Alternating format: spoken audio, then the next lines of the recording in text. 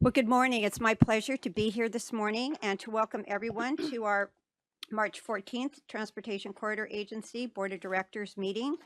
At this time, I would like to call the meeting to order, and we will move to invocation, which would be led by Director Crane, and the Pledge of Allegiance by Will O'Neill. I just want to state we do not have a quorum. When we get to the business item, then we will move on our business items. Thank you. Please stand. Shall we pray? Dear God, thank you for another beautiful day in Orange County. The sky is blue, the birds are chirping, and the drivers in our toll roads are getting to their destinations a lot faster. We ask that you place your hands on all our drivers so as they travel to and from work, school, or other locations. Give us the ability this morning to make decisions with wisdom to protect the environment and the communities that our roads touch and serve. In your name we say, amen. Amen. Please place your hands over your heart and salute the greatest symbol of freedom in our world. Ready? Begin. I pledge allegiance to the flag of the United States of America and to the republic for which it stands, one nation under God, indivisible, with liberty and justice for all. Please be seated. At this time, I will turn to our clerk to call the roll for San Joaquin Hills Board of Directors and Foothill Eastern. Chair Miniger, Present. Director Bain, Vice Chair Connors, Director Heft, Here. Director Munsing, Director O'Neill, Here. Director Beal, Here. Director Ferguson, Here. Director Huang, Here. Director Kring, Here. Director Murphy, Vice Chair Puckett, Director Voits, Here. Director Kelly, Chair Che, Yes. Director Chamberlain. We have 2 missing for San Joaquin for quorum and 1 for Foothill. Okay, thank you. At this time, we have a special calendar before we get into our public comments, and it's the Orange County Business Council Award presentation. And so we'll go down in front. I'd like to invite our chair and our 2 vice chairs to go down for to accept the award and to take some pictures, and hopefully we can get some pictures of our board members here as well. Thank you.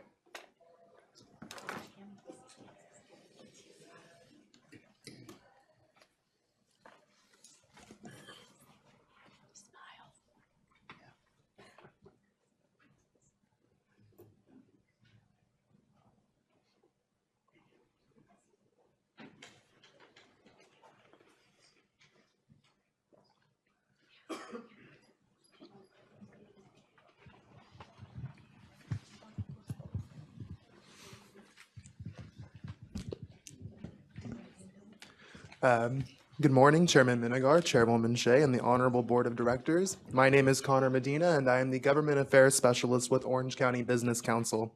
Each year, OCBC hosts the Turning Red Tape into Red Carpet Awards, which is a showcase of the tremendous good work being done in Orange County by the cities, the county, water districts, and others. Our local transportation agencies are always at work on innovative projects and programs and that serve a wide variety of purposes, and these are prime candidates for award nominees. TCA submitted a joint entry with San Bernardino County Transportation Authority for the unique cooperative agreement allowing TCA to provide back office services for SBCTA's I-10 corridor express lanes in their county. This ongoing partnership fully takes advantage of economies of scale to save costs, reduce risk, and to introduce toll collection consistency that will benefit every toll-paying customer. OCBC's selection committee for the awards was so impressed by the caliber of TCA's work with SBCTA that it established a special category to highlight its unique value. On November 28, 2018, it was OCBC's honor to give TCA the Special Award for Public Agency Partnerships. Much like the Public-Private Partnership category, this award recognizes ingenuity and collaboration between public organizations to the benefit of all residents in their jurisdiction. And with that, it is my pleasure to recognize TCA with the Special Award for Public Agency Partnership. Thank you. On behalf of our board, we want to thank OCBC for this wonderful award, and please let's go up forward and take a picture. Thank you.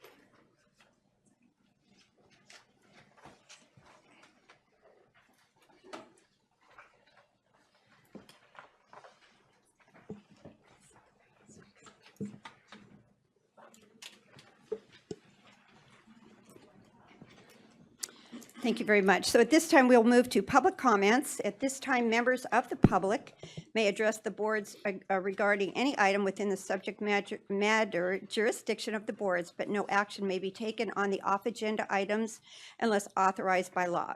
Comments shall be limited to 2 minutes per person and 1 hour for comments, unless different time limits are set by the chair, subject to the approval of the boards. If needed, additional public comments will be held before the closed session portion of the agenda during public comments. Continue part 2 and shall be limited to 2 minutes per person for comments unless the different time limits are set by the chair, subject to the approval of the board. This is my first meeting, so I know we only have 7 speakers, so I'm of the mind to allow a 3-minute presentation by each member. I think that's fair. If the board would agree to the 3 minutes for members that are attending under 10 speakers in the future, I think that would be just a fair approach. Would we all be okay with that? Okay, great. So we'll give you, as long as it's under 10 speakers, 3 minutes per person. And the first person is Laura Kay.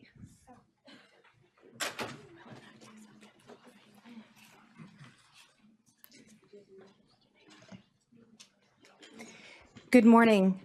My name is Laura Conoval. I'm a resident of San Clemente, and I am here to read the letter written by Congressman Mike Levin to Governor Gavin Newsom. I write with concern about a recent report that the Transportation Corridor Agencies, TCA, have potentially overspent and misused public funds while promoting a toll road project in South Orange County, which is part of the 49th Congressional District. TCA's actions appear to be a betrayal of the public trust. I urge you to ensure that appropriate ethical and transparency measures are in place for joint powers authorities authorized by the state of California, such as TCA. As you know, TCA is comprised of 2 joint powers authorities that operates in Orange County. A 1987 state law allows TCA to build and manage toll roads throughout the county. TCA has been entrusted with operating 4 roads, which now constitute 20% of the county's limited access highway system. As referenced previously, the agency is currently pursuing plans to build another toll road in my district, but has faced multiple lawsuits alleging violations of public input and transparency laws. Reports indicate that TCA's inappropriate actions go further than had been previously alleged. A story published on March 11th, 2019 in the LA Times uncovered that TCA officials allowed for the potential misuse of hundreds of thousands of dollars in public funds. This took the form of gross overpayments to consultants with little demonstrable benefit to the public. Examples from the Times report include payments totaling $230,000 for TCA's consultants to read emails of news from Transportation Stories and $14,000 for the agency's own consultants to meet with each other. This waste of taxpayer dollars is at best irresponsible and at worst evidence of greater impropriety. TCA's actions undermine public confidence and cannot be tolerated. I ask that you exercise your oversight authority in this situation to move to ensure that similar breaches are precluded in the future. I look forward to working with you to ensure this matter is handled appropriately. Should you have any questions, feel free to contact him at his office. And this letter was just written on March 12th, 2019. And again, I would just like to reiterate that I am, I think that I stand up here for families, friends. I've been a part of this fight for a long time. I live in Talega and San Clemente, and I'm also in real estate. I'm a real estate broker. So I see the potential, demise of our darling town, which I am here to fight for, and so are so many others here as well. So we're adamantly opposed to the toll road. We implore you to use arterial roadways. Avenida La Plata is wonderful, and I try to avoid the toll road at all costs. Thank you. Thank you for your comments. Laura S.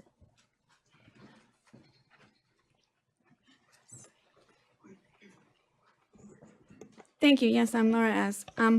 Just last week, our volunteer No Toll Road group page got some rather bizarre texts from a man named Brian Hughes wanting us to post his article from the Los Cerritos News praising the work of Venture Strategic and how they were the TCA's lowest responsible bid. I guess 1.8 million doesn't go very far these days. This article also tries to make San Clemente look like a bunch of bullies. Quote, After learning of the antagonism campaign, one Mission Viejo council person who wanted to remain anonymous because they had already received threats told HMG LCCN, again quote, "This was blatant. I would think twice hiring a firm who called for antagonizing people. It's outrageous," end quotes. Do we really look like a group of threatening people? Venture Strategic last year at this meeting also accused us of doing things similar. And also they accused us of being paid by the city council, you would remember, which we weren't. We're all volunteer individuals. And Brian kept taunting us to post his article. He ended his text to us by saying, quote, "Read the end of the story of Englander, no comment, not one San Clemente City Council contact. So that means the story is true." Boom. I had to see why a guy in Cerritos would be contacting us with this article. And sure enough, he's Facebook and Instagram buddies with Venture Strategic and its president. Even though when confronted, Brian said, "Jeff, who?" I'm pretty certain Brian was trying to do damage control for Venture Strategic, but at what cost? Before the truth of the LA Times article broke out. I hope the majority of this board will now take a closer look at these consultant contracts and not allow the TCA and a few select board members, who I won't name, try to ram these friendly $1.8 million contracts through that are not needed, just like a toll road in South Orange County is not needed. Thank you. I wasn't prepared to do a 3-minute speech. Otherwise, I had more written, but I had to tone it down to a 2-minute. But I do wish you would consider now, you probably have read the LA News article that has been brought out, how these companies just are wasteful. They're been double billing and they're the ones that have been really antagonizing us. Last year, that Probrowski research that we had done, and they said we got through a back-end website. I found it on the web when I typed in Lucy Dunn, TCA. Lucy Dunn is the head of Orange County Business Council, who you guys are a member of. You guys are always sponsoring their galas, several thousand a pop. So I really would appreciate if you would look into it. Thank you. Thank you so much for your comments. This time we'll move to Amanda Quintanilla. Good morning. It would have been better use of the TCA money to have Venture Strategic learn about civil rights rather than being paid and reading news and name-calling San Clemente residents on social media. The TCA hired Venture Strategic alongside Get Moving OC to organize a public forum at Saddleback College in June 2017. At this forum, the public that attended had their First and Fourth Amendment rights violated by the TCA and its contractors. Outside security was hired that prohibited attendees from bringing in small signs, wearing T-shirts, hats, or pins, buttons that expressed any message. People were forced to take off stickers on T-shirts and hats that had the word "no" on them. Furthermore, they searched purses and backpacks and confiscated small signs, papers, brochures, and pre-written questions, which is against our First and Fourth Amendment rights under the Constitution. At this public forum, a person could leave their public comment using a video, and we had a video consent form that allowed, basically they had a video consent form that allowed the TCA to change, modify, or edit the content of each message in any way the TCA wanted. Essentially, it could restrict our speech or change the content of each message as its own discretion. This is wrongful censorship of First Amendment rights, as it gave the TCA unfettered control to restrict, edit, or omit opinions in opposition to the toll road. Additionally, on Get Moving OC webpage, our private information was posted, and it also included comments of minors, and their private information was shared online, which violates COPPA. Venture Strategic on social media has engaged in a pattern of mocking, ridiculing, belittling San Clemente residents on their Citizens for Traffic Relief page. Among those posts directed at San Clemente residents, they were compared to Kim Jong-un, director of North Korea, and comparing residents as the Real Housewives of San Clemente, and that we love drama and traffic. But we don't. We love our town. We love our community, and we don't need a toll road at all whatsoever. And we have to remind you each time, because we don't have Director Spitzer letting you know that we should honor the Constitution and you shouldn't violate our First and Fourth Amendment rights. So how dare you again? Thank you for your comments. Jennifer Reynolds.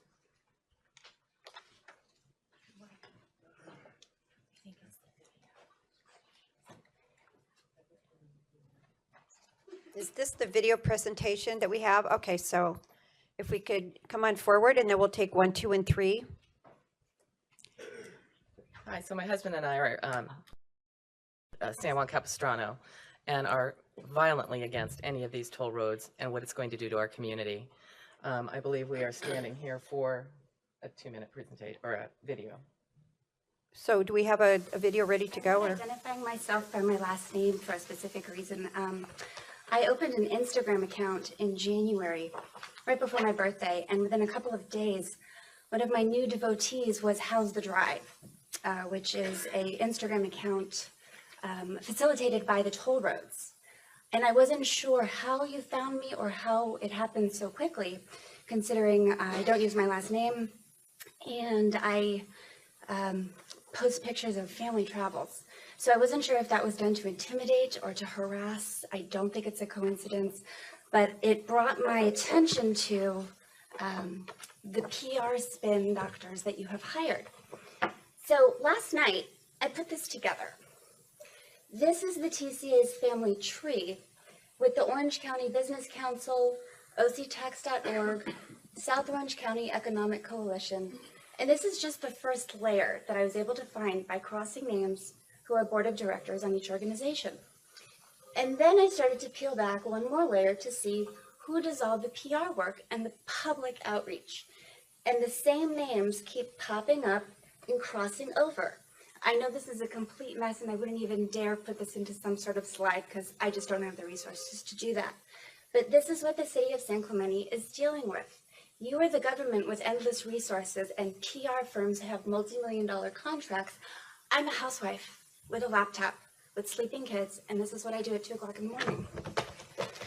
So I wanted to bring your attention to the ascertainment study that was done by Sharon Browning. I got the list of 10 of the 45 names.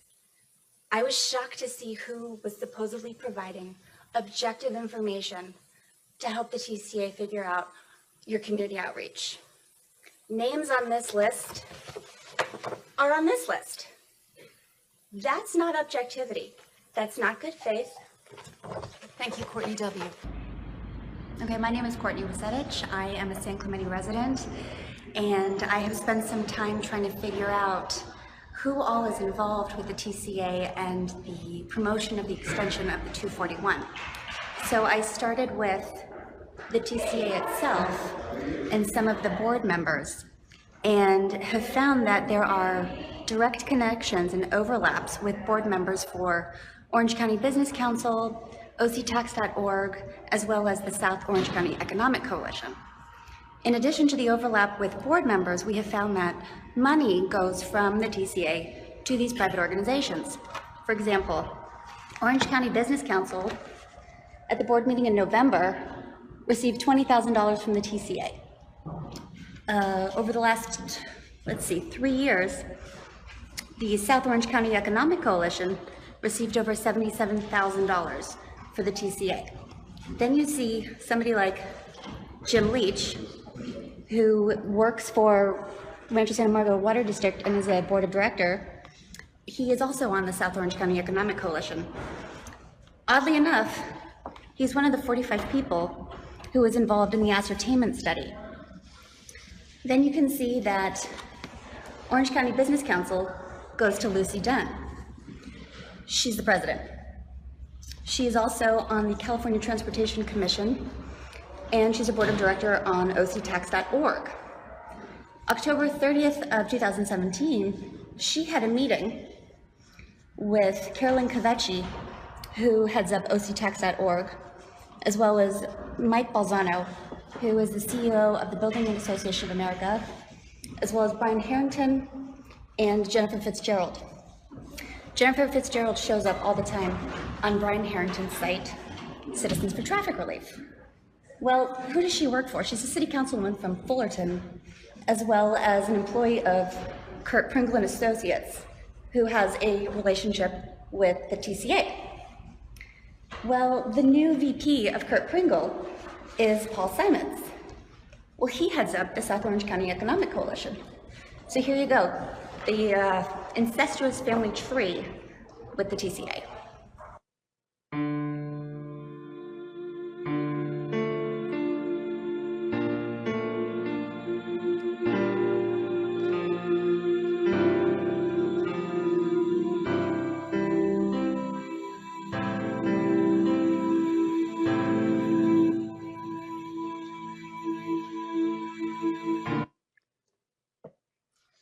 Thank you. Thank you. Was that the end of the, for the three speakers that we had? Craig R. and Gail E.? So, okay, so the next one would be Michelle Schumacher. Thank you for your presentation. Michelle. I just want to thank you for bumping up the to 3 minutes. You know, it takes a little while to get here in the morning and we take time off work. So thank you for giving us 3 whole minutes. Greatly appreciated. So this process has and continues to be seriously flawed. It should have been stopped after it was clear that the TCA fabricated the public support for this through the ascertainment study, through the civil rights violations at the public forums, but instead hundreds of thousands of dollars continue to be thrown at it. Very curious. I will say it again, I've said it before, that there's no city that would have signed up in the 80s to be part of the TCA if you were, after 30 years of failing to complete your job, come back and destroy it. The city of San Clemente, the city of San Juan Capistrano are member cities. You know, that Tony Beal wants to get to dinner in San Diego with his wife every once in a while does not justify a toll road through our beautiful historic cities where we have our homes, are raising our families, and just, it's gorgeous. Come to San Clemente, see what we've got. It's a gorgeous city. We'd love to take you on a hike, show you around. So curious, right? Really curious. $6.4 billion in debt. Did you know that the TCA doesn't even maintain these roads? Caltrans is maintaining the roads. I ask you, how in the world, after not building anything for 20 years, did you get so far in debt when you don't even maintain, you don't even have maintenance costs? What I would give to not have maintenance costs for the things that we're involved with and financially responsible in our lives. Also, at the last meeting, we found it very curious that Barbie Daly got up with Atkins, a lobbyist firm, and essentially Atkins said that she and Barbie have determined the direction for this agency. I am sorry, but you guys are the board of directors. This agency has been run by lobbyists for too long. You are our oversight. That's why you were elected. Taxpayers deserve to have better representation than this. And just for the benefit of Caltrans and the TCA, because I know the board has no idea what's been submitted to Caltrans on July 24th of this year, but there are hundreds of residents who've read the nasty document that changes constantly. It's like 1,200 pages. But the California Constitution requires all new taxes are voter approved. So why has the TCA submitted 5 proposals to have managed toll lanes on our 5 freeway that would be so damaging and devastating for our city when that's a new tax? It has not been voter approved. This is an insane waste of money. This process has been flawed and fabricated. It's just got to stop. But thank you for the 3 minutes and have a great day. Thank you. And we'll move to our final speaker, Mark McGuire. And I just want to be clear that I will be encouraging a 3-minute for 10 members or under. And if it's more than that, we'd be going back to 2 just so we can get to our business. Thank you. Good evening, or good morning, chairs and members of the boards. I want to welcome the new board members. My name is Mark McGuire. I've spoke here several times in the past, and I want to welcome back the board members that are continuing to serve. I've been reading these LA Times articles regarding TCA spending, and I realized that I've used a metaphor in the past of a runaway train, and that's probably not the best metaphor. I think the best metaphor right now with regard to this South County traffic relief effort is that the TCA is a rudderless ship lost at sea. At the time of the settlement agreement with the environmentalist, where you abandoned the legislative route around San Clemente, you gave your public relations people and your lobbyists a clear message to send to folks, and that was that we have to complete the 241 to the 5 through some alternative means. We can't take it around San Clemente anymore. And that message was sent up and down. And we know that because we heard from folks like then Congressman Issa, who was being lobbied on that point. However, after initial traffic evaluations of the various alternatives were done, and those analyses showed that there was very little traffic benefit to completing a connection to the 5, we started to hear about an idea 21, which was managed lanes to the 73 and an extension of the Los Patrones arterial to La Plata. So then your PR folks started to get confused. What's our message? What's our message? What should we be spending our millions of dollars on? Next, you did more detailed traffic studies for the project study report. And that report showed that virtually none of the alternatives that are out there have any meaningful traffic relief. None of the alternatives, 9, 18, all the ones that are terrorizing these communities are not going to provide any meaningful relief. So I ask this board, why do we keep spending millions of dollars studying these alternatives and continue to retain PR consultants to promote the South County traffic relief effort when you can't tell us what the project that you would want to pursue even is at this point? It just seems crazy to me. So again, I welcome the new board members. I welcome back the old board members, but I challenge you to get control of this process. And as fiduciaries, if the alternatives that have been looked at in the past are not going to provide any meaningful traffic relief, then stop spending money, figure out what you want to pursue, if anything, and stop the message pushers that don't have a message to push right now, and please take control of the process, which frankly, I think the best use of your funds would be to pay down the bonds and open up the roads as originally promised. So again, thank you for your time. Thank you very much for your comments. At this point, we have finalized public comments. We'll move to item 4, which is San Joaquin, and this will only be San Joaquin board members. Their consent calendar items 2 through 6. All matters listed under the consent calendar are considered routine and will be enacted by a 1 vote. There will be no discussion of these items unless board members request specific items to be removed from the consent calendar for separate action. Are there any board members that would like to remove an item? If not, is there a motion I'll on the? move the balance. Okay, there's a motion. I'll move all, whatever. And is there a second? Okay, there's a motion and a second. Any further discussion? All in favor? Aye. Aye. Any opposed? Well, that was easy. So now we will move to Foothill Eastern consent calendar items 2 through 5 and 7. All matters listed under the consent calendar are considered routine and will be enacted by a 1 vote of each board for the applicable agency items. There will be no discussion of these items unless board members request specific items to be removed from the consent calendar for separate action. Are there any items on this agenda, which again is just Foothill Eastern board members? Madam Chair, Yes. I need to record that I'm not participating in item 5 due to a potential conflict of employment. Okay, noted for Yeah, Director Murphy. I'll move the consent calendar, please. It's already been moved. Okay, there's a motion and a second, and there is an abstention by Director Murphy. Any further discussion? All in favor? Aye. Any opposed? That passes unanimously with 1 abstention. At this point, we will move to item 6, which is board items 8 through 12. The first item is 8, and it's only Foothill only, so we will receive the staff report.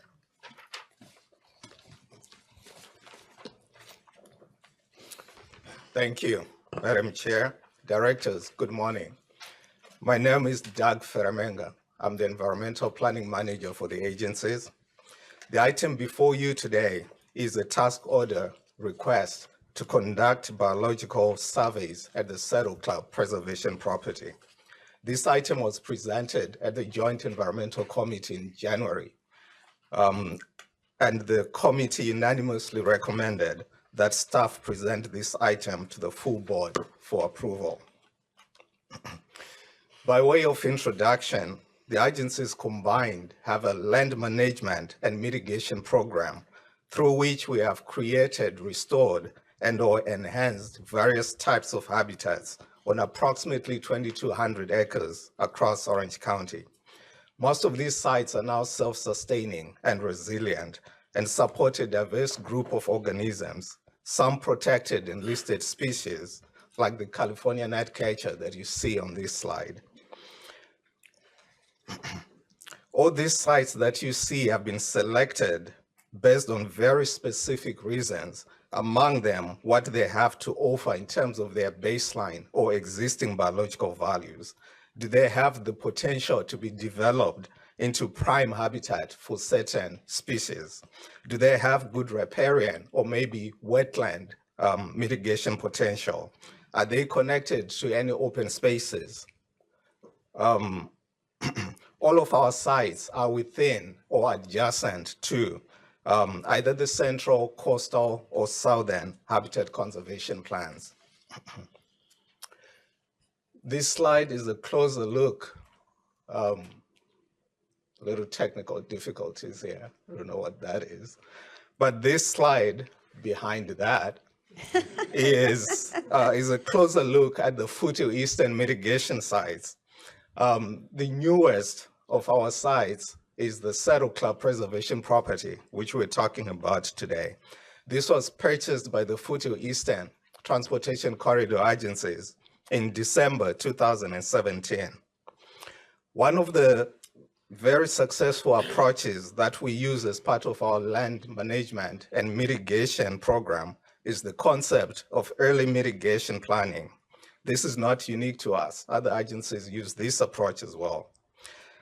This allows the agencies, together with the resource agencies, to select, plan, and develop mitigation projects or programs for our future capital improvement projects in an earlier, more streamlined, and more cost-effective manner. The Saddle Club Preservation Property was purchased for exactly this purpose, as early mitigation for the Foothill Eastern future capital improvement projects. This site is located, the approximately 33-acre site is located on Live Oak Canyon Road in Trabuco Canyon. It is adjacent to O'Neill Regional Park to the west and south, and next to OCTA's Wrensview Preserve to the east. The property has a lot of potential in terms of mitigation, including various vegetation communities that you see in the middle map. The greens there show the coastal sage scrub and chaparral mixes and grasses.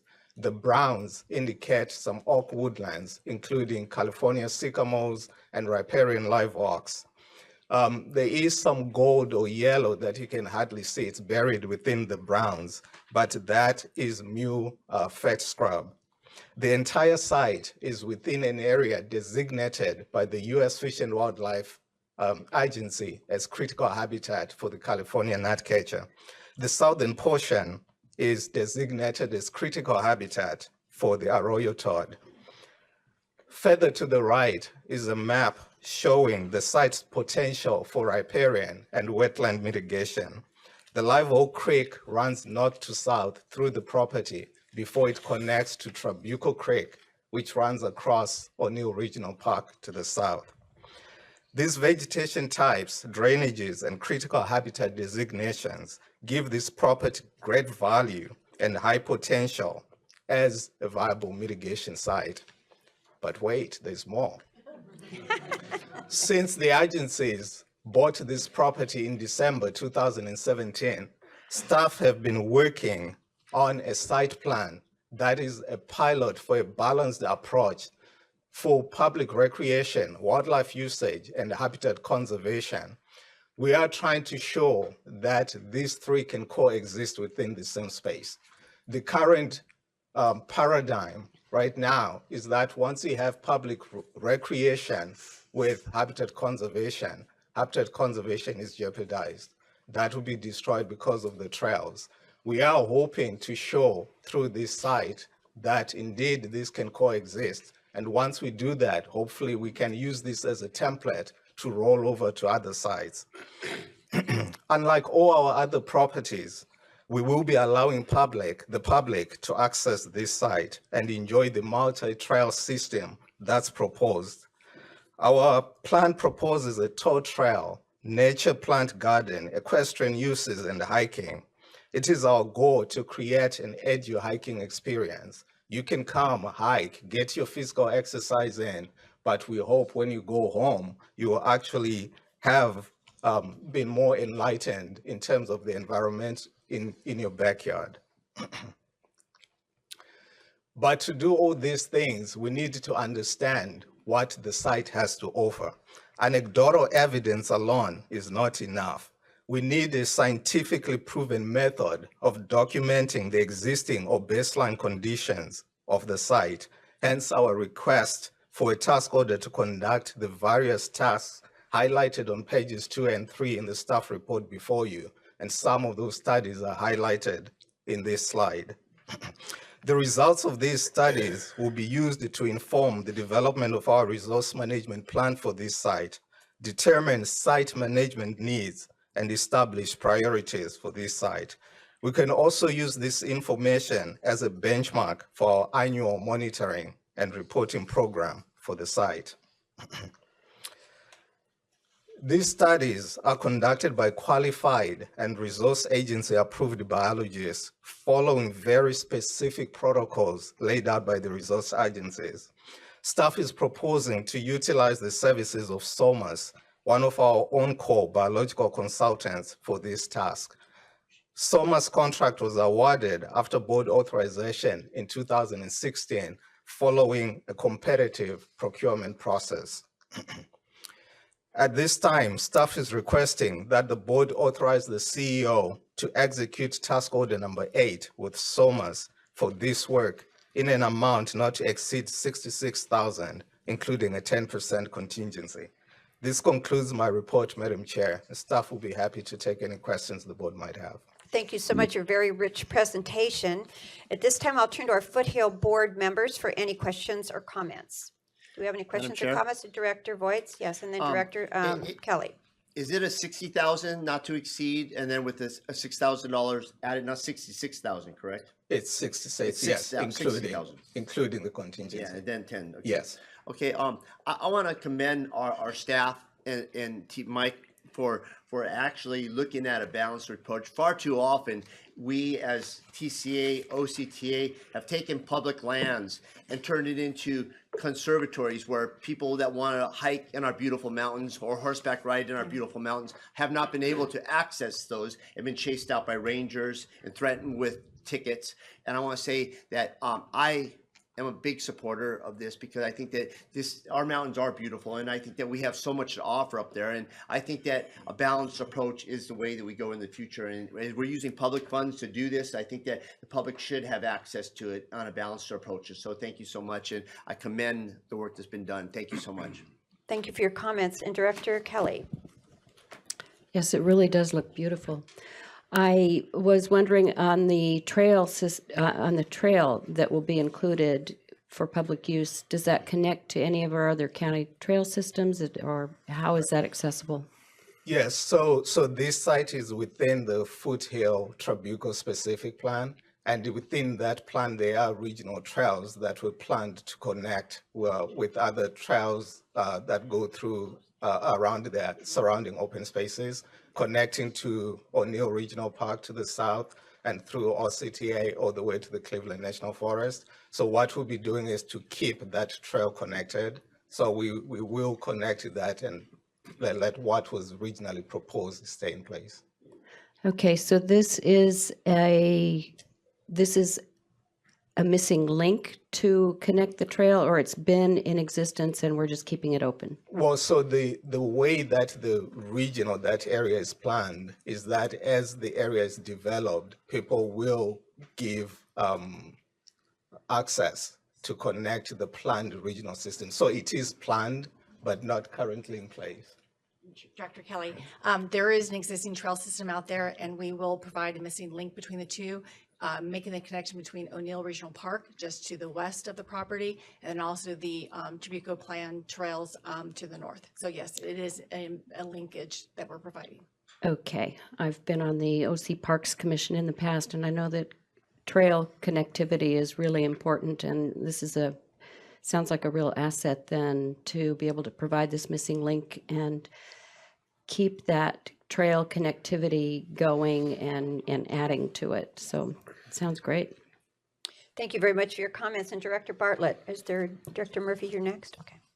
So there is a master plan of regional trails, and it's great that all of the agencies work together. So you've got the county working with the Transportation Corridor Agency and OCTA, and we also work with the cities wherever the trails are, the trail system expands. So as we have more development, we've got this master plan kind of in place, and everybody works together. So we have that connectivity with the walking trails, the biking trails, et cetera. And it's really a great approach, and I think SCAG is involved in this area as well. They have sort of a master plan for all of Southern California counties. Thank you very much for your comments. I'll move to Director Murphy. Yeah, thank you. Most of what I was going to say has already been commented, so I'm ready to make the motion on this if. Okay, we have action, if that's okay. And I'll second everyone's- that, please. Okay, there's an action, items 1 through 2. There's a motion by Director Murphy and second by Director Voits. Any further discussion? All in favor? Aye. Any opposed? Okay, great. It passes unanimously. This time, we're going to move to item 9, which is the Foothill Eastern only board members as well, Live Oak Plaza Conservation Area Pilot Grazing Program, and we'll receive staff report. Welcome. Good morning, directors. My name is Virginia Gomez. I'm the environmental analyst for the agencies. The item before you today is a task order for the Live Oak Plaza Conservation Area Pilot Grazing Program. At the request of our Chair Shea and members of our Joint Environmental Committee, staff was tasked to review our existing methodologies for our lands management and to explore alternative ways to reduce invasive plant species, as well as reduce vegetation that could ignite wildfires at the agency mitigation sites. After further review, staff is recommending the development and potential implementation of a grazing pilot program at our mitigation site, Live Oak in Trabuco Canyon. The initial objectives of this program would be to reduce the vegetation that could ignite wildfires in our mitigation sites, potentially reduce the need to use herbicides to control invasive plant species, and to maintain and enhance our native habitat and resource values at the site. We have looked at our various mitigation sites and determined that the best location to run this program is at our Live Oak Plaza Conservation property in Trabuco Canyon. It is located on El Toro Road at Live Oak, across from Cook's Corner. It's approximately 23 acres in size, and before purchase was a formerly grazed property. The benefit to using this land is that it is adjacent to properties that are currently grazed by local farmers, and it currently requires the agency to do reduction of vegetation that ignite wildfires and to do invasive plant species reduction. Additionally, it's also a benefit because since it was formerly grazed, we wouldn't be introducing a new activity to the site. So the staff are recommending, with the board's approval, to issue a task order with Land IQ to perform the work. They are our on-call biologists that would assist us with the production of the program. The scope of work for this program will include identifying the existing conditions on the site, further defining our goals and objectives for the program, and providing recommendations, one of which is to determine the feasibility of such a program at our mitigation sites. Another is to determine what alternatives could be used, whether it be to do full-on grazing, to do partial grazing, and possibly do organic herbicide use. Additionally, the work will also identify whether there's an implementation schedule and identify the frequency of this program if it's feasible. We presented this item for discussion at our Joint Environmental Committee in January of 2019.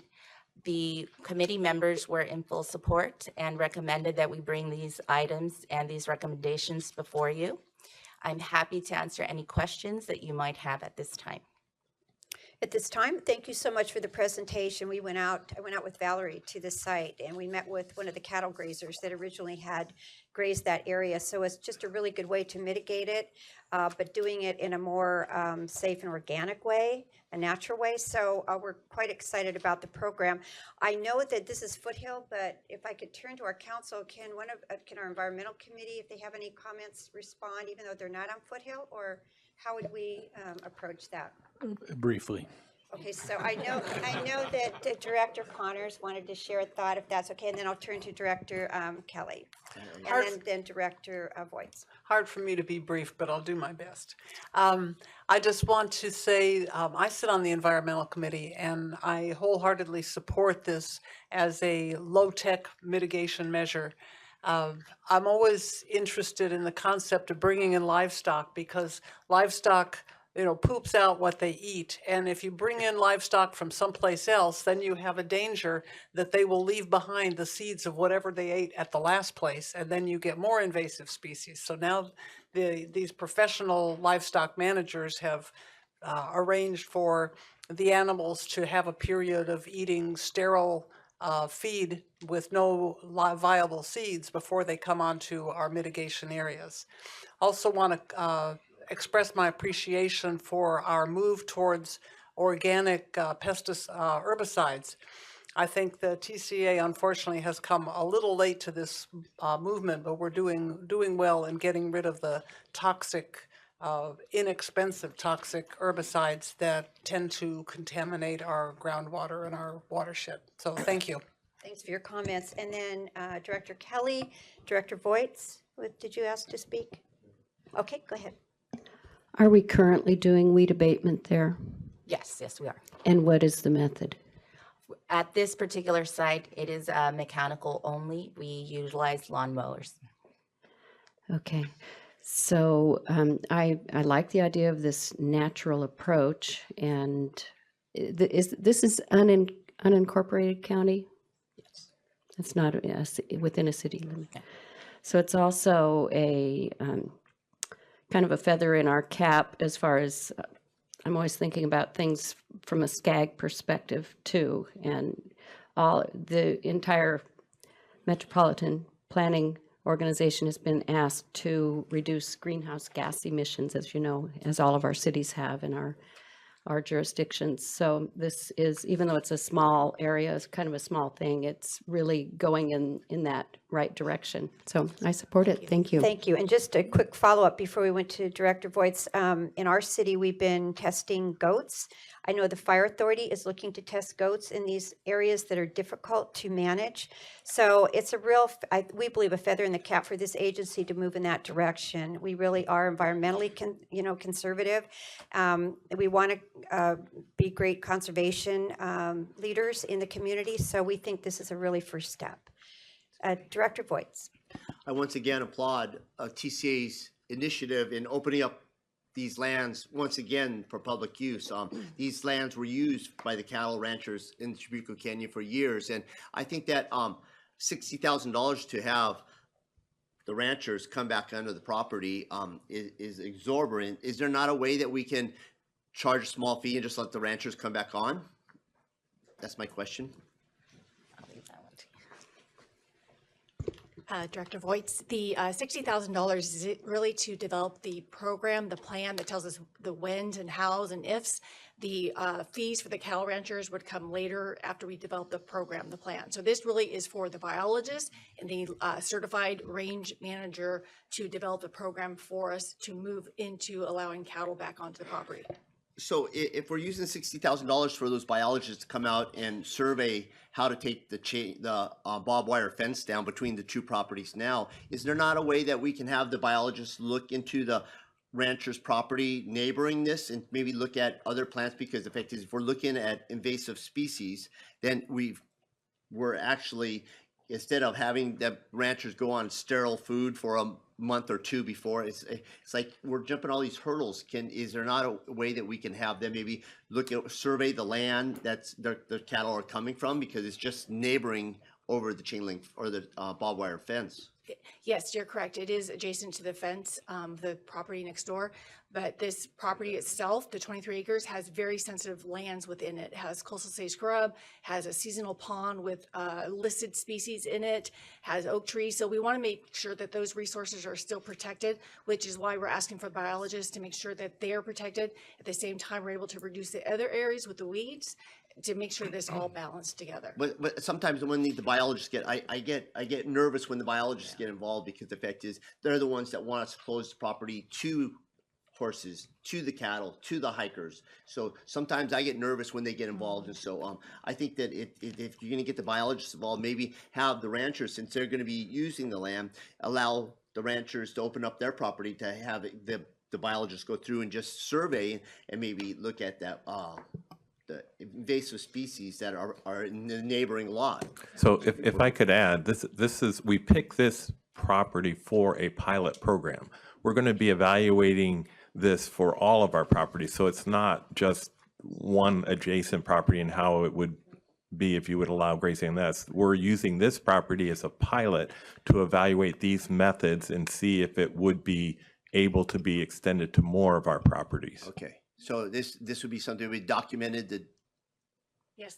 And that's what you're paying for. All right. Now, I fully support this, and I'm excited about opening it up. Now, would it be any hiking available to public in this area if we're opening up to cattle grazing? That's something we can definitely evaluate. It's adjacent to OCTA's property, Saddle Creek South, and then directly next door is Saddleback Meadows, which has not been developed yet, but we would definitely work with the landowner and the grazer that uses that property now. So it's something we would look into. It's something that I think is long overdue. So I'm excited for the hikers and those that are equestrian up in the canyon that can maybe use our land again and use the public lands. And so I fully support it. I make a motion that we accept. Thank you. And thank you for your innovation. There's a motion. If we want to take a second, but we have a few other speakers. Okay, and then I'll turn to Director Crean. Thank you very much. Thank you.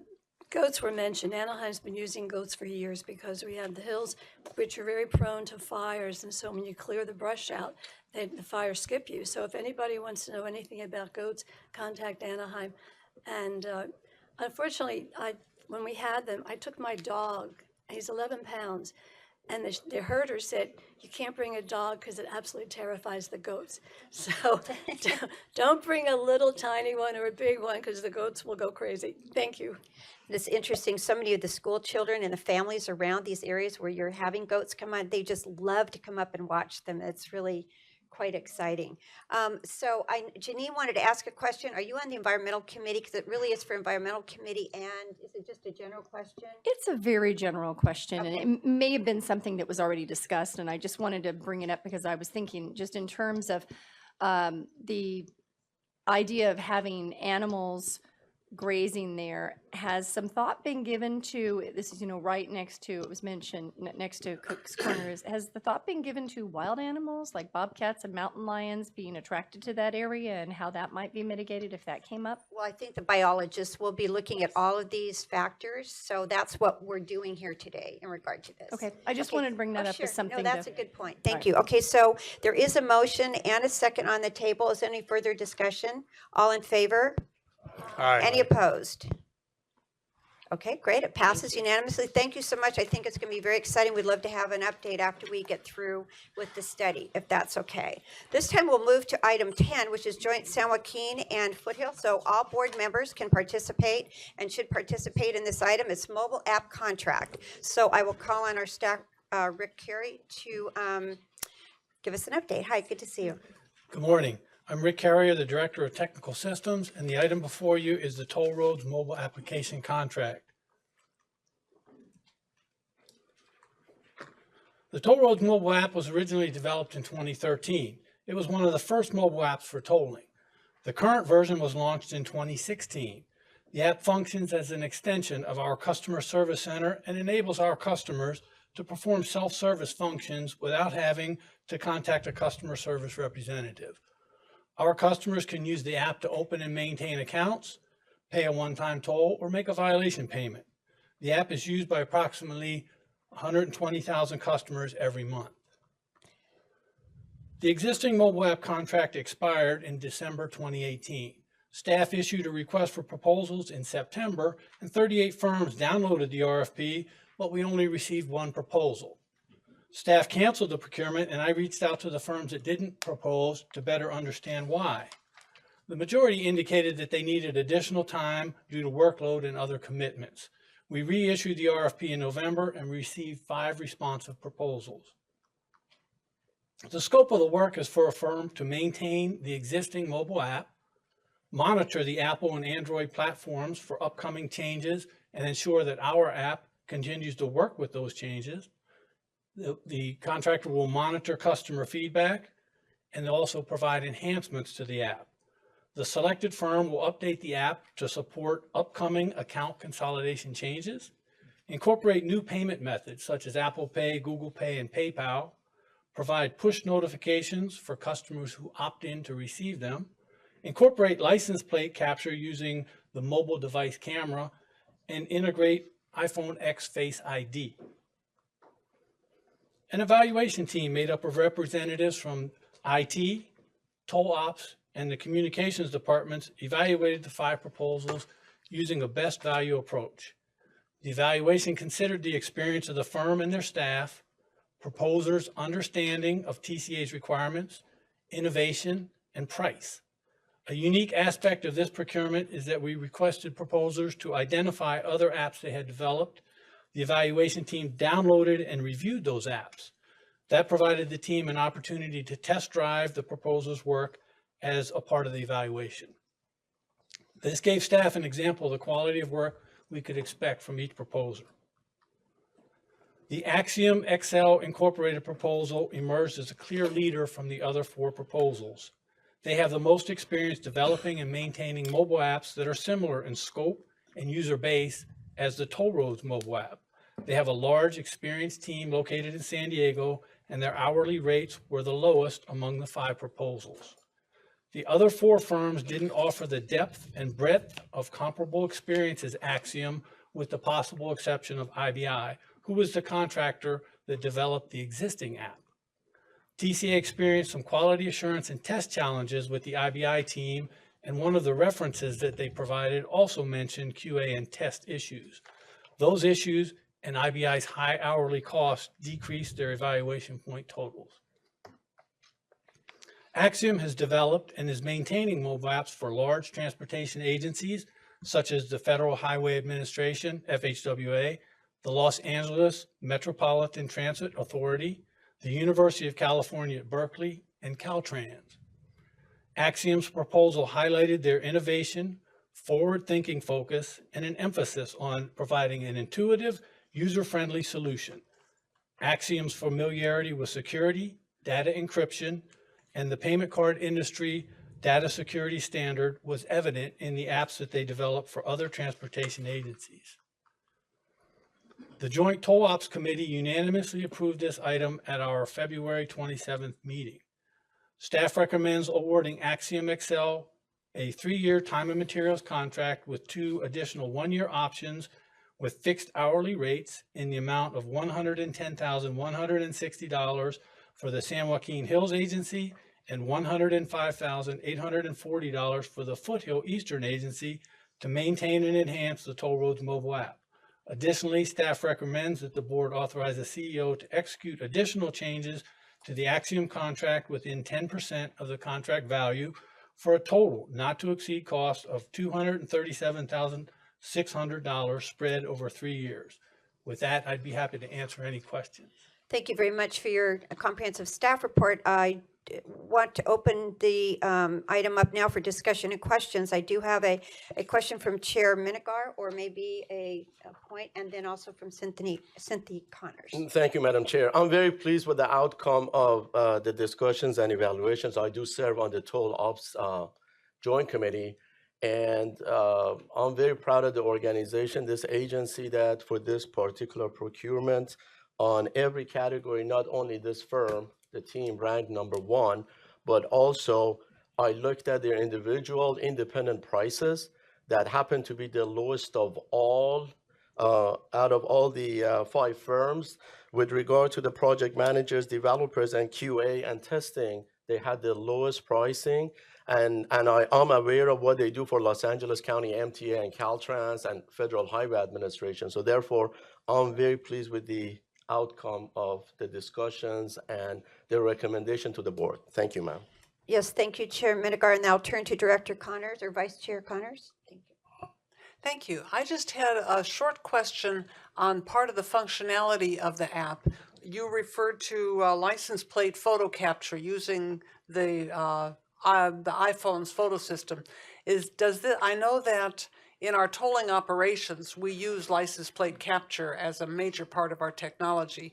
Is this portion of the app going to allow users to take a picture of their own license plate in order to add a car to their account? Or why would an individual capture their own license plate? You described it accurately. This will just reduce the amount of manual input that a customer has to do. They can just take a picture of the plate.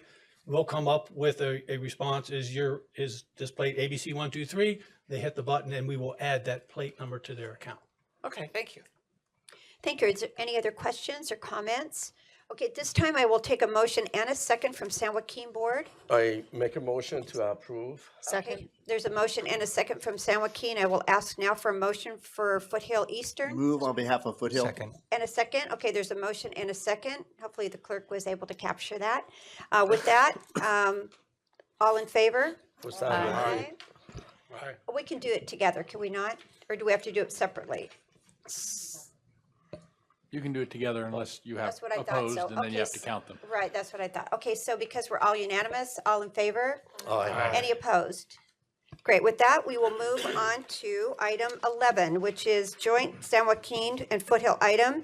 This again is open to all board members on both boards for discussion and comment. It's the payment processing service, and Dave Sherwood? Madam Chair, I'm sorry to interrupt. I need to recuse myself from this item. I own more than $2,000 of stock in JP Morgan Chase. Okay, Thank you. do you need to step aside? Okay, good. Thank you for announcing that. Okay, with that, we'll move to our report. Can we just clarify, Yes. is this the same group that had to recuse, same qualifiers for having to recuse from this issue? I don't know. Maybe we'll turn to General Counsel Joseph. I don't know the answer to that question. If you own more than $2,000 worth of stock in any of the entities that are under consideration in this procurement, recusal would be required. So you need to recuse yourself? Okay. Thank you for bringing that forward. Madam Chair, I'll recuse myself as well. If you all leave, I'll be very upset. I think I have the same conflict. Okay, so I don't want any shenanigans back there, and I'll call you back in just a moment. Okay, so are we okay? Are the rest of us all right? Okay, good. So we'll move forward with the payment processing service. Good morning. My name is Dave Sherwood. I'm the agency's controller. And this item relates to how the agencies receive and process payments that are made by way of credit card or electronic checks, the latter of which are also referred to as automated clearinghouse payments or ACH. For our tolls and penalties, with the exception of amounts that are paid to us through Department of Motor Vehicles, over 98% of what we receive is paid in one of those manners. And that's as opposed to the smaller portion that comes to us by way of paper checks or in very limited instances, actual cash. In order to receive payments in either of these manners, we need an independent processing firm that interacts as an intermediary between our back office system and the credit card issuers, Visa, MasterCard, American Express, Discover. To give you a sense of the volumes that we process, we have approximately 11 million transactions on an annual basis, and that equates to about $300 million of revenue. And the related cost of all of that is approximately $7.9 million for our budget in fiscal 19. The current processor is Chase Payment Tech, and that relationship resulted from a competitive procurement that was conducted in 2015 that resulted in a contract with an initial term of 3 years and the option for 3 additional extensions. To give you a sense of the dollar amount that I referred to and the portion that Chase actually keeps, most of that is actually passed through to the credit card issuers. But what Chase earns for their processing and settlement for us is about $570,000 based on what we're estimating for the upcoming budget for fiscal year 20. That amount is derived from a variety of fees, but the most significant of those is a 4 cents per transaction fee that relates to the credit card activity, which is the lion's share of what they're doing for us. This item was discussed with the Joint Finance and Investment Committee at their January meeting. And at that time, they asked us to reconfirm that our rates remain competitive since the last procurement. We did that by way of a survey of other government entities who would have processing volumes that would be comparable to ours and therefore should be generating cost rates that are likewise comparable. So this included a variety of governments, including tolling agencies.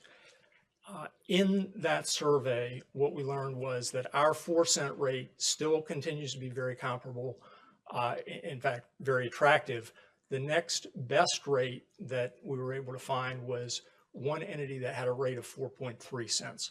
So on that basis, we're asking that the recommendations be approved to authorize the Chief Executive Officer to exercise the second of the 3 one-year options to extend the contract with Chase Payment Tech. Okay, thank you. So you're finished with your report. Okay, so at this time, if there is any, I will open up to discussions and questions by both boards. Are there any questions or comments?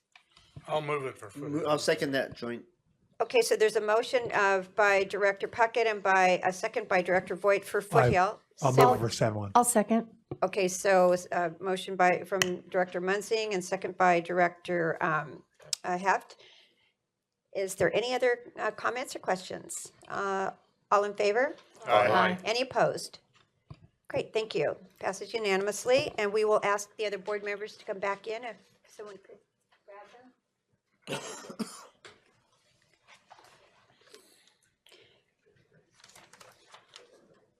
At this time, we'll move to item 12, which is our last item on the agenda today. And we will not be having a closed session, just so everyone is aware, but we do have several committees following this board meeting. So this item is the joint meeting of both boards, and both members can communicate and ask questions and have dialogue. So this is the 2019 State Legislative Watch List. Welcome. Good morning. I'm Barbie Daly, Director of Government Affairs for the agencies. The item before you today is the 2019 State Legislative List of bills that our staff and state advocate have deemed important to watch and/or take a position. This item was brought to the Joint Strategic Planning Committee in February, and they supported staff's recommendation to bring this to the full boards. This list is consistent with the policy direction set forth in our legislative platform the boards approved in February. In addition to working with our state advocate, TCA is a member of the California Toll Operators Committee, for which I represent TCA as the chair of the legislative committee. As a group, we identified bills of mutual concern in order to advance the interests of the tolling industry.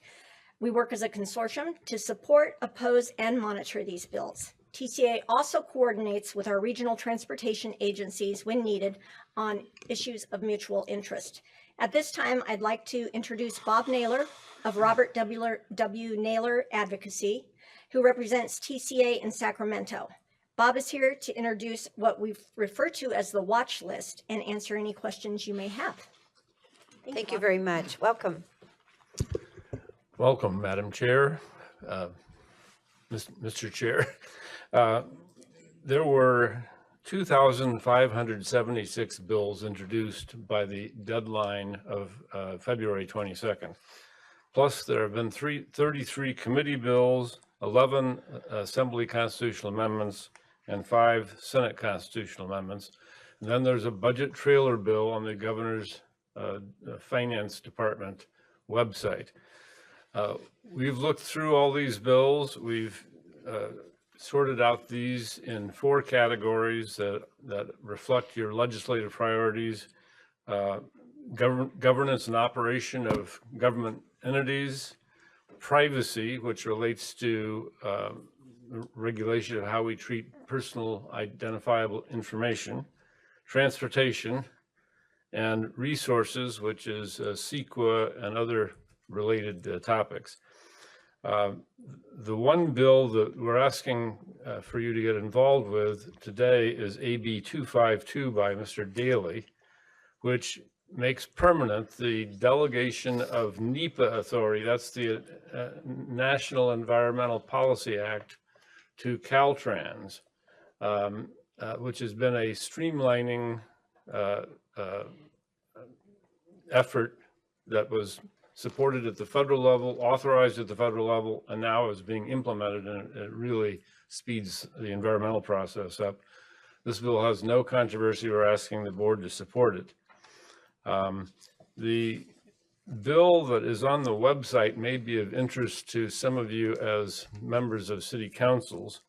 That is the governor's proposal to attach, to condition local street and roads money based on your implementation of state housing goals. The latest version of that has it taking effect not earlier than July 1st, 2023. In the interim, efforts will be made by the Department of Transportation and the Housing Department to figure out how they would do the conditioning. So he's backed off his original proposal in terms of timing, but the topic is still out there. That's going to be in a budget trailer bill. I wouldn't be surprised if it's further modified. And by the way, there's a lot of opposition to even that in the state legislature.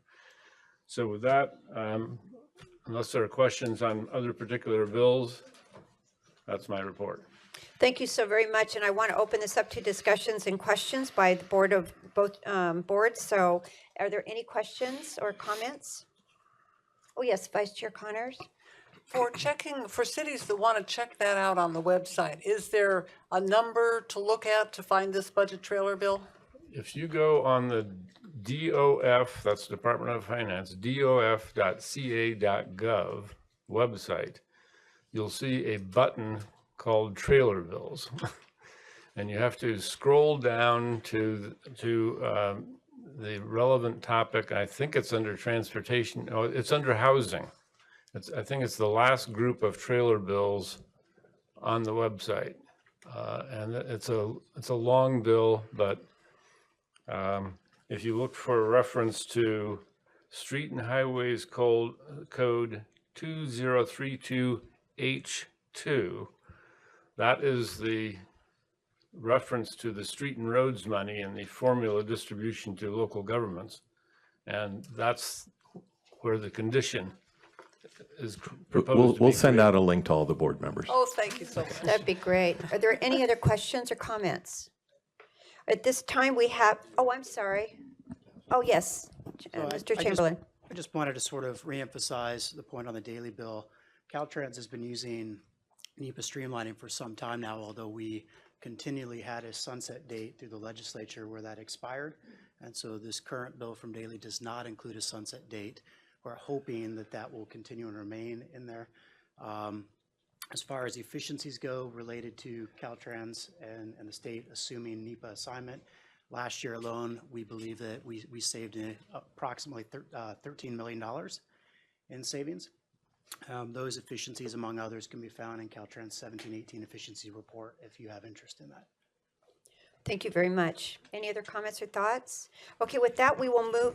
Oh, I'm sorry, Director Hung. I just want to let members of this board know that I do serve as the chair of the RENA subcommittee at SCAG, as well as the chair of the Community Economic Housing Development Committee on this issue. And so we will be discussing these bills during our committee meetings and encourage you to join us either at our monthly meeting on the first Thursday of each month or online on first Mondays. Great, of it'd each be month. great to have you come back with a presentation under our committee reports. That would be wonderful. Again, any other comments if I missed someone? Okay, with that, we'll move San Joaquin Hills Transportation Corridor Agency. We need a motion and a second. I make the motion. There's a motion by our chair And and for Foothill? Vice Chair, move the item. and then now I will move to Foothill. There's a motion by Director Voights and by Director Green. Any other comments or questions? All in favor? Any opposed? Great. We got through this meeting fairly quickly, and now we'll move to public comments. Do we have any public comments for our second section? No, we don't. Okay, so we don't have that. This time we'll move to Chief Executive Officer's report. Thank you, Madam Chair, directors. On March 1st and March 4th, we were invited to present at the 91 Advisory Committee meeting and also at the OCTA Executive Committee meeting regarding the 24191 connector project. So we really appreciated that opportunity and had good interaction in discussion at both of those occasions.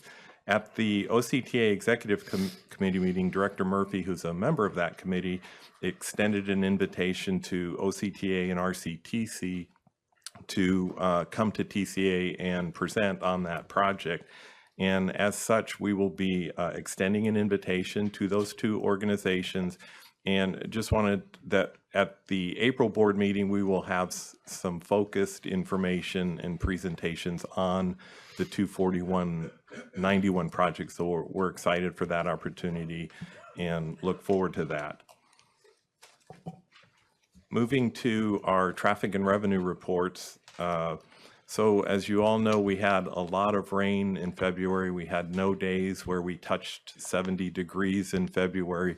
And I guess our roads don't like cold weather or rain, which we knew they didn't like rain, but apparently they don't like cold weather either. Anyway, so for the San Joaquin Hills Transportation Corridor, transactions were down 4.8% in February, and revenues were down 2.5%.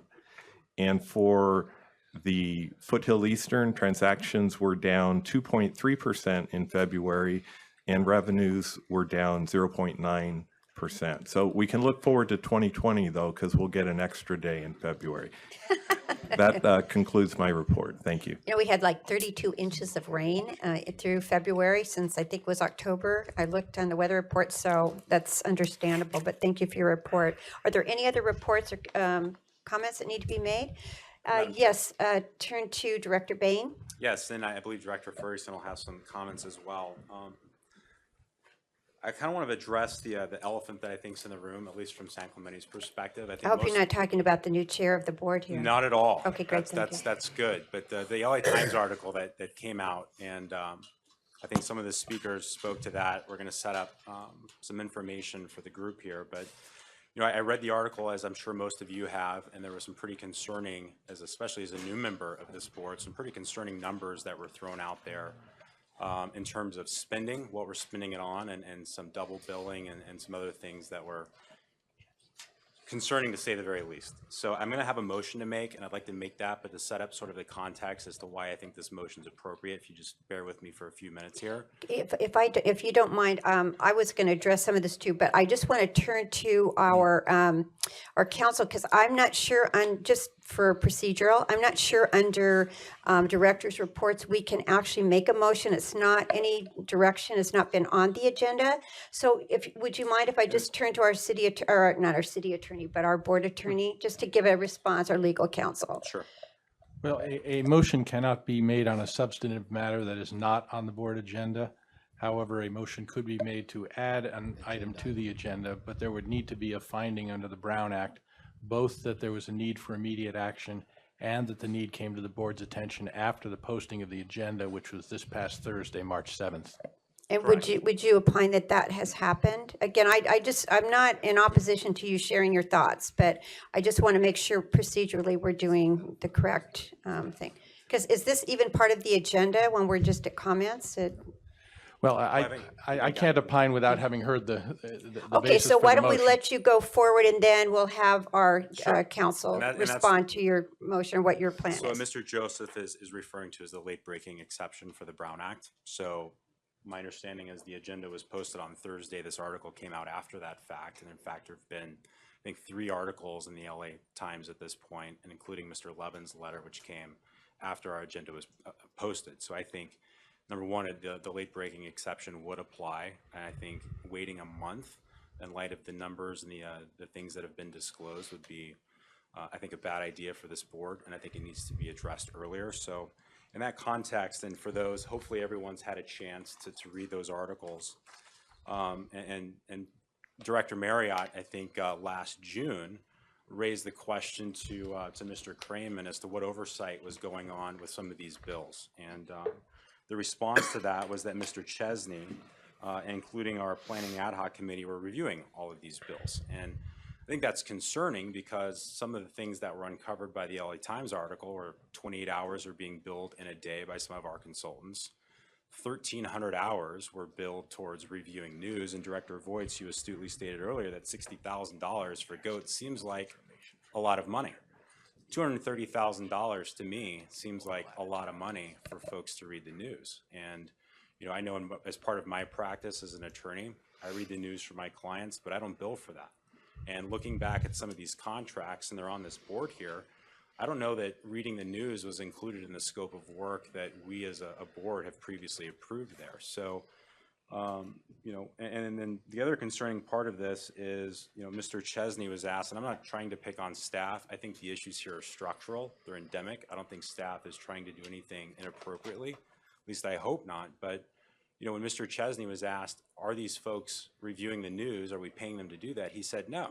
And then a representative from Venture Strategic was asked, are you being paid to review the news as part of the same article? And they said absolutely yes. So there seems to be a very large disconnect in terms of what these consultants think they're being paid to do versus what we think they should be doing. So with that said, I want to make a motion. I think it's appropriate that the board consider, based on the late breaking exception, number one, that we call for an independent third-party auditor, possibly the state controller's office, to come in and also do a forensic audit to determine the propriety of the charges and also the extent of the charges to make sure that those are within the scope of work that we've hired these consultants to do. And I'm making this motion, by the way, on behalf of San Joaquin.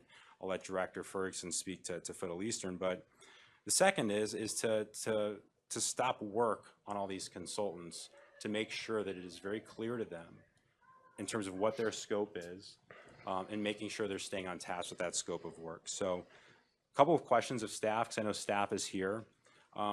We got a report of an internal audit that we did. I'll call it an internal review. Who did that audit? Who ordered that audit to be done? Because I certainly, as a board member, wasn't asked whether, sorry.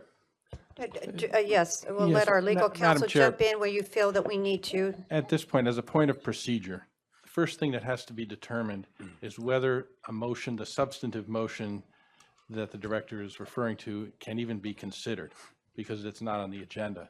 So the first item of business and all that should be addressed at this point in the comments and any discussion is there a need for immediate action? And did that need come to the board's attention after the posting of the agenda? Okay, so so I would ask the board members on both boards or just San Joaquin? Because you're just San on Joaquin. San Joaquin, right? Okay, so we would, please just help me Yeah. So follow through with how I would request The this. appropriate motion at this time is for a motion to be placed on the agenda. In other words, Okay. you can't discuss the substantive motion until the board decides that there's a need to take Right. action now. So Director that's Bain, the would you make a appropriate motion motion at the time. and then Sure. you'll need a second to have this? And that was the first part of my motion, was that we have the board consider these items today. As an emergency item, basically. Is there a second? I'll second. Okay, there's a motion and a second. So we'll turn to San Joaquin Board. All in favor of hearing this emergency? Madam Chair? Yes. Madam Chair? Who's talking? I'm sorry. Pardon, Oh, yes, yes, pardon the sure. interruption. I didn't want to go to That's all vote right. until we had a chance to comment. I think it's really important that we get to, Are you on the board of San Joaquin? I'm on both boards, Okay, yes. good. I Yeah. just didn't know. And I think it's really important that we get to this matter. I think it absolutely qualifies for the Brown Act exception. I want to, before we take a vote on it, I want to just remind my fellow board members that just a couple of months ago, we were considering in the Eastern Foothill Board the expenditure of some $16 million to study routes that are primarily nonsense. And then there's the ones on the 5, which If I we're could not just empowered interrupt to be. you. And if I could finish, No, please. because I'm just Okay. saying we're out of order. We need to take the vote to Did- be able to I'm- hear the I'm- item, I'm and then commenting- you can speak to I'm it, okay? commenting on the importance. So had we moved to that 16 million as I'm opposed sorry, to you're out of opting- order. I don't want to step You'll over have you. to explain to me, need. Chair, you'll have to explain to me how I'm out of First order. have to vote that it's appropriate to I even have this understand. hearing, and For you're my- stepping out of line. So I don't understand how wanna- I'm stepping out of line. Because I'm we trying haven't to help my voted to colleagues. approve this to be on the agenda yet. So we're doing that right now. Once we approve it, if San Joaquin approves it, then you have a right to speak to all these different issues that are coming up. That's Chair, totally with all fine. due respect, my comments are specifically related, I assure you, and I will get there, to why this should be heard today.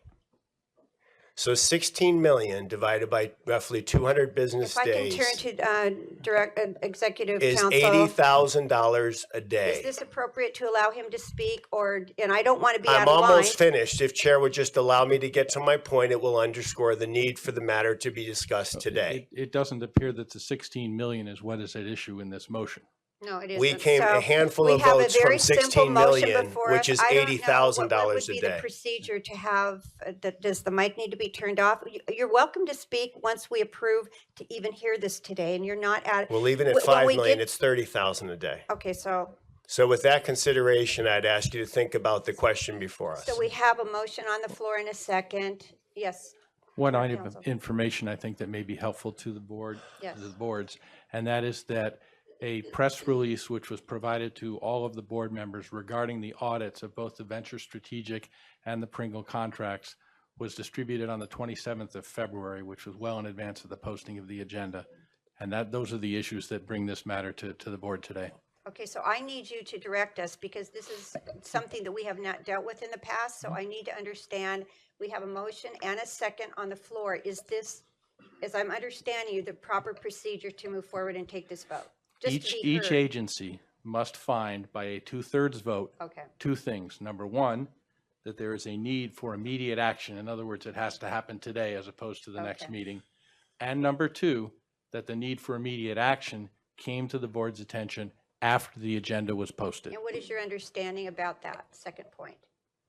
Well, as I indicated just a moment ago, the issues that are giving rise to this motion were brought to the board's attention on February 27th, when the press release was provided to the members of the board. Madam Chair, may I address Yes, that? sure. So, sure, the press release addressing the internal audit, which I have questions about, was brought to the board's attention prior to that date, but that internal audit didn't address a majority of the issues that were brought to light as part of the LA Times article and that Mr. Levin's letter addressed. So while that may be true, it certainly doesn't address the factual information that I've referenced. Certainly we didn't know about, I didn't know about 1,300 hours being billed towards news articles. Okay, I personally want to just share, before we take this vote, that in fact, I think all of us have had concerns. I have a statement I'm going to be making after this is done. But at this time, we have a motion on the floor from San Joaquin to override or bring up this emergency item to be able to speak to it today under this topic. So I will call for a roll call vote. Madam Chair, can I get a point of clarification first, please? Yes.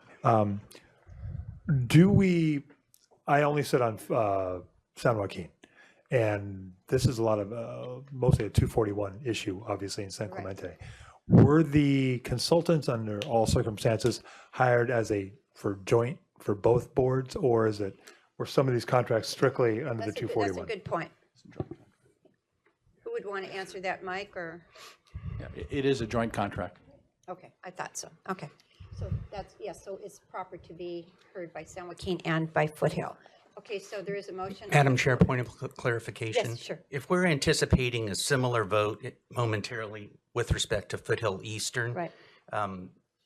I'd appreciate the opportunity for Foothill Eastern to weigh in on the issue before a vote is taken there so that there's some consistency in the way that the combined boards are approaching this issue. So I would suggest that we should have a motion and a second for discussion. Is that how you would see it? Is there a motion and a second from Yes. Foothill? I'd like to make a motion. A second? Okay, there is a motion and a second. Madam Chair, Yes, comment? yes, please. I'm concerned that this is not appropriate to bring up.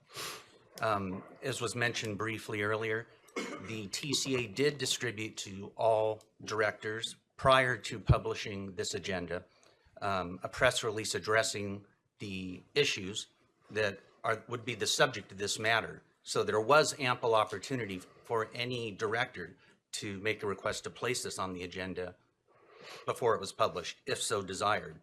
Also, I'm deeply concerned about the idea of information being brought to us at the last minute with no opportunity for staff to have presented to us all of the facts so that we can make any fully informed decision with respect to any motions that might be made.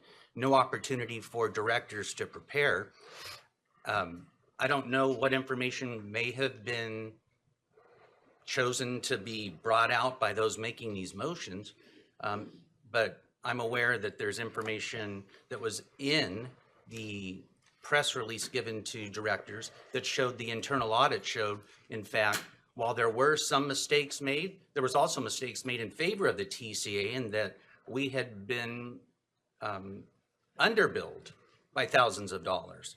So these are really important issues, and I support full transparency. What I don't support is getting important issues brought to us without prior notice and opportunity to be fully prepared so that we make fully informed decisions. And for that reason, I don't think it's appropriate to bring up as an emergency right now.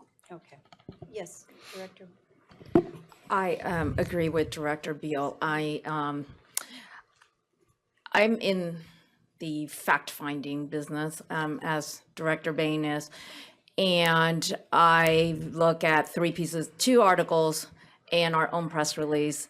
There are a lot of informations that are consistent with each other, and there are a lot of inconsistency, but I am full of questions and probably will have more questions if I know exactly what we are dealing with. I think that this is a matter that needs very detailed and comprehensive discussion.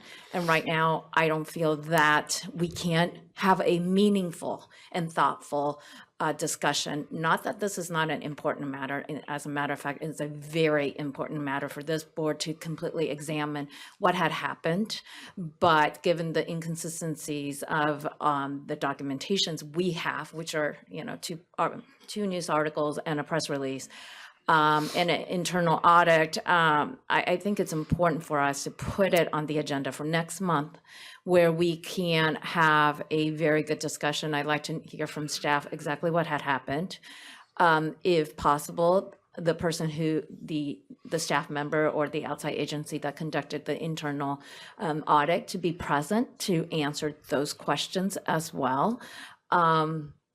And for us to really delve deep into what had happened, as Director Beal had said, I mean, in some ways we were benefited because we were underbilled, but it's very clear though, but that benefit in no way excuse any type of double billing or whether or not this agency should allow somebody who was reading a newspaper article be able to bill that to us, because there's no way of knowing whether or not reading a news article on transportation is directly relevant to TCA.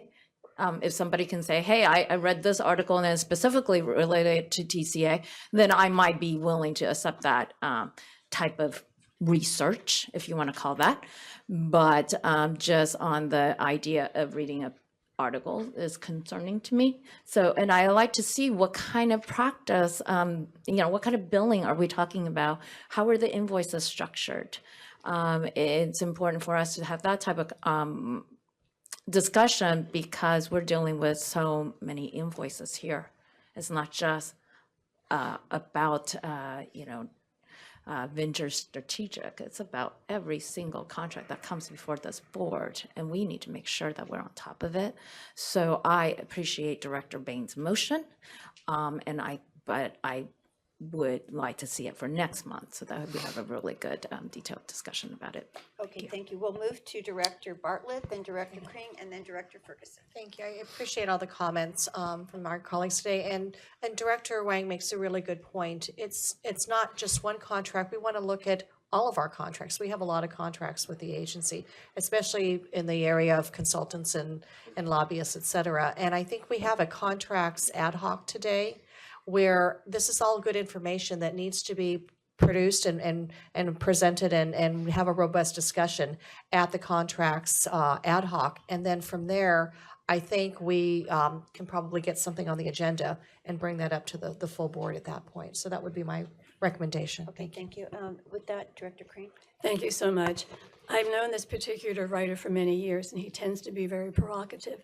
And I agree with my colleagues. This is not the time to take this. This is a time to study it from our staff and bring it back next month. And just because most of us in politics say, they misquoted me. We always say when we're named in an article, they misquoted me. And now you're taking to heart every single word in this article as truth and gospel. And I think Assemblyman Levin just jumped on that without any background, without any information. And that's totally irresponsible that he wants to get the governor involved in all of this. And maybe we should have the audit from the controller, but that's down the road. It's not today. And I would feel very uncomfortable impugning all of the people, impugning our staff and our contractors with wrongdoing when we don't have all the facts at our fingertips right now. So I cannot support an urgency motion. Director Ferguson, and then Director Marriott, did you want to just speak just to directly to the motion? Okay, Directly thank to you. the motion. Thank you, Madam Chair. I do believe this issue rises to the occasion of being added to the agenda today. I believe to delay would cause additional waste and abuse of taxpayer funds. I'm new to this board. I want to be a fiscally responsible director. I do happen to be a taxpayer advocate as well. I have voted against lobbyists and lawyers in my own position on city council in the last 3.5 months. I truly believe that in the efforts of the city of San Clemente to do public records requests with the TCA over the course of a year have obtained all of this factual information that has been brought to light in the LA Times article. And therefore that article came about after the posting of the agenda. And I truly believe to avoid any additional waste of funds that we add that to the agenda today. Thank you. Thank you for speaking to the item before us. Yes, Director Marriott. So I appreciate my colleagues' comments. I don't have issue with any of them. I do find it troubling that they were given some leeway to speak to this where I was not. But that's a matter for another time. The next 30 days, $750,000 roughly will be spent on these contracts. And I want to ask CEO Cramen, it was a good question whether these contracts are jointly empowered. Sounds like they are. But in your estimation, Mike, what percentage of the money and the workflow, which incidentally has never been defined for us as per Supervisor Bartlett's wish, and never been put in the context of an HR review as per my wish. Now apparently it's going to be reviewed in a contracts ad hoc, which is not what was discussed and agreed to. But what percentage of this work is specific to Eastern Foothill and the 241 specifically?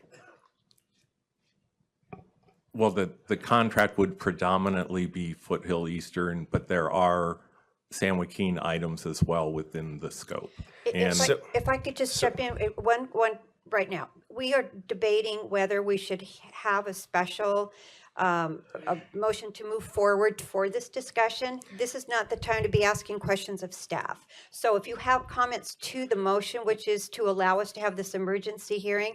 Chair, with all due respect, there you go again. Somebody else can ask the chair a motion a question. asked the chair staff, anything. someone else can ask the staff a motion, no one but I has. apparently Who cannot. was asked this, him anything? Gentleman over here asked council and asked asked CEO Kramer a question about the contracts, and I had a simple follow-up question. Okay, I with what apologize, delineating the but we, percentage. just to be clear, look, this is my first meeting. I understand, and you've done an generally- excellent well, job, thank but you, you are generally quick to when cut me off and not others. Okay, but I apologize for that. I really do. Thank you. But what I want to say is that generally, when you put something on the agenda as a special meeting, you don't do it under committee reports. So we're all kind of surprised about this.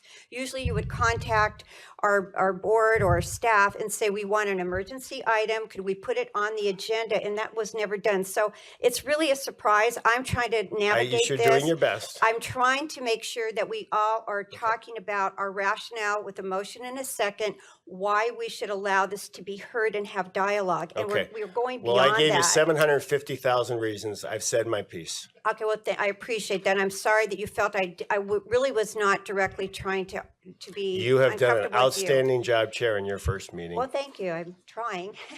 Okay, so we do have, okay, yes, Director Chafee, if you'll speak to the motion, right? Thank you. Two things. One, if it's that urgent, we could have a special meeting where it's agendized. I'm not sure I want to do that. And alternatively, I think the chair could direct this matter go to the appropriate committee for review, so we have a more thorough understanding of what's going on. I tend not to be a knee-jerker when it comes to press releases. There's always a lot of misinformation, and any review or audit would take some time anyway. So I would like to see a more thorough briefing and review of this, and I'm not prepared to discuss this today. Thank you, Director. Thank you for your comments, Director Connors. And was there anyone else that? Okay, Director O'Neill. I do not support this as an urgency or emergency measure, but I certainly do support agendizing it in the future. In connection with the waste that's going to happen in the next 30 days, I think it's pretty clear that our contractors are on notice.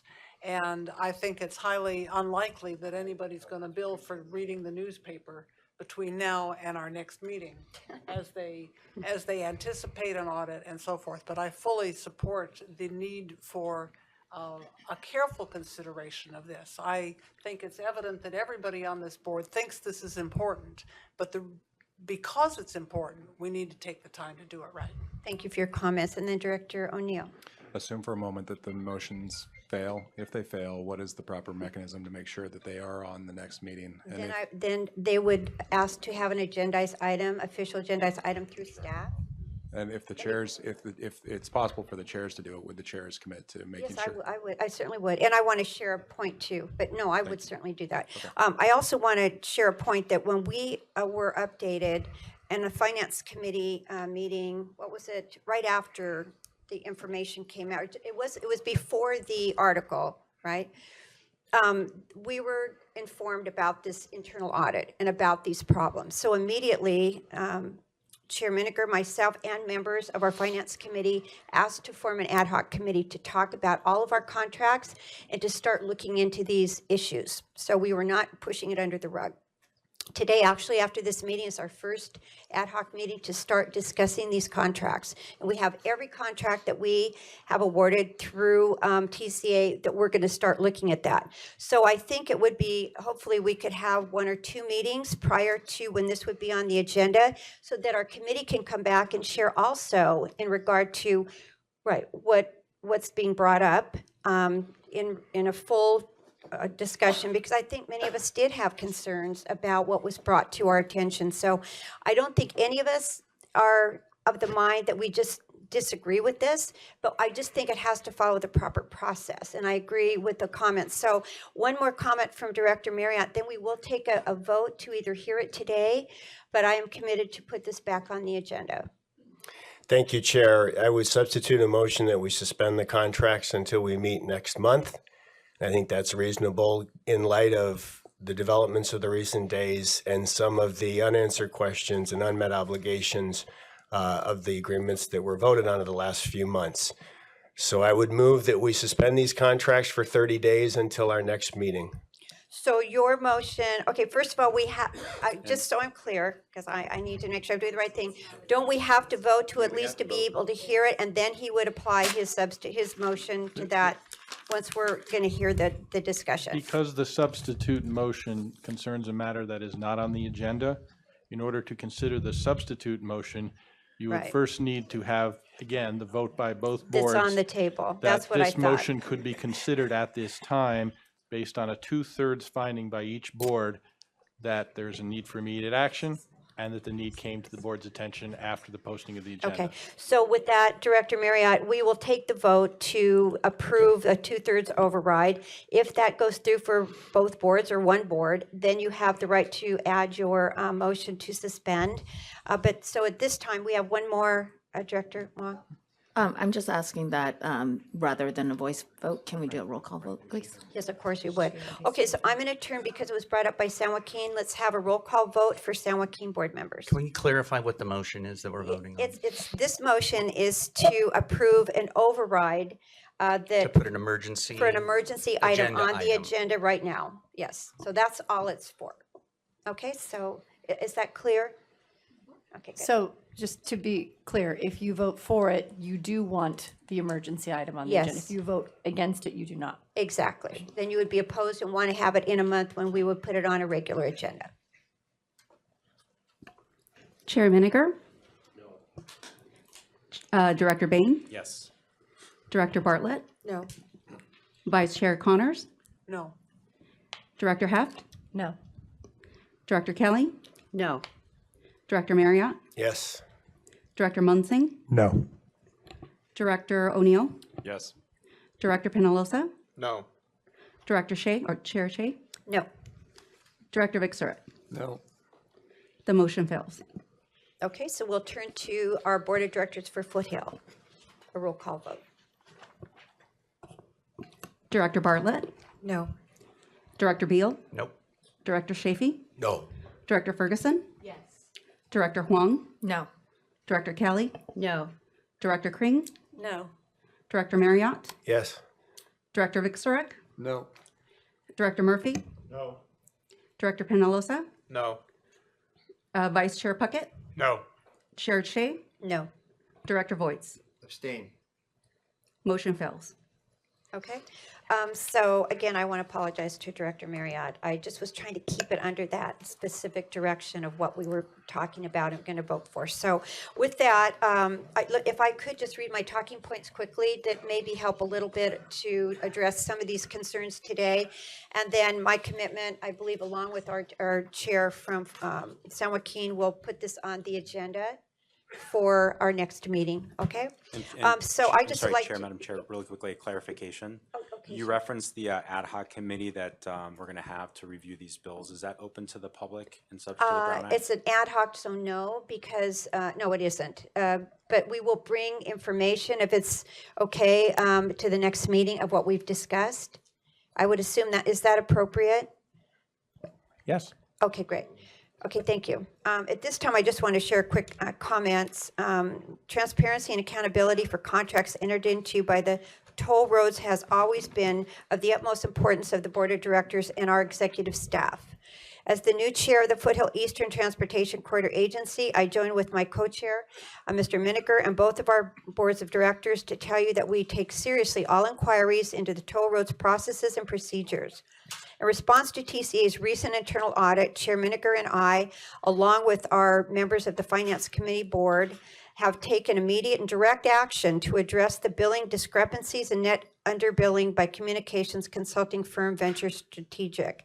A month ago, we requested it was actually a little less than a month ago, we requested that our Chief Executive Officer, Michael Kramen, establish an ad hoc committee to review TCA's contracts in order to ensure efficiency, accountability for all of our contractual obligations. We take transparency and fiscal responsibility very seriously, and I personally do as your new chair, as well as our fiduciary responsibility as board members. We will continue to work with our staff to provide the public with the greatest confidence in the integrity of TCA. So I appreciate that. And I would suggest if there is an emergency item that members would like to put on, let's don't wait to committee reports because it just is a surprise to us. We're not prepared. And I think the appropriate way to do it is even within 24 hours, 48 hours. If you would contact our staff, and then you could put an emergency item in the proper order, and then we could take it to a vote at that point in time. Okay, thank you. And yes, Director Chafee, you had something to state? Oh, yes, I'd just like to thank Chief Financial Officer Amy Potter and Chief Executive Officer Mr. Kramer for meeting with me the other day and taking time out of your busy schedules. Thank you for doing that. And I'm not sure if being punished or rewarded, but they gave me all the charter documents to read. Thank you for that. Are there any other director comments? Yes, Director Bartlett?